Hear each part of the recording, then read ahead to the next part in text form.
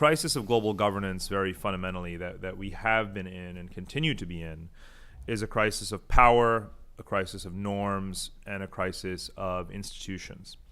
It's a crisis of power because these rising powers, again, whether you call them the second world or the rest or emerging markets and so forth, they do not have the voice in the existing structures that we think of as being the global governors.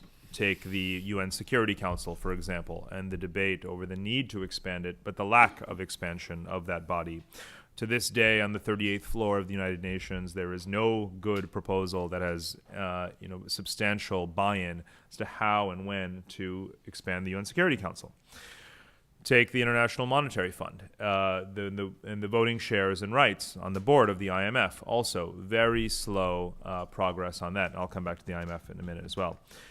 Again, the crisis of global governance is also a crisis of norms. What should the rules be? Intellectual property rights? Well, now that China has joined the WTO, good luck. Democracy as a priority for global institutions to pursue, and even for American foreign policy, very much in debate. Now we talk about state capitalism as a rival model, and China as being the sort of the strongest embodiment of that. What about humanitarian intervention versus sovereignty? Again, very, very strong ideological debates around that as well. And so the crisis of global governance, the third argument, is also a crisis of institutions. How or why can we even continue to have central institutions? When people think about the future of global governance, they're incredibly unimaginative, to be honest.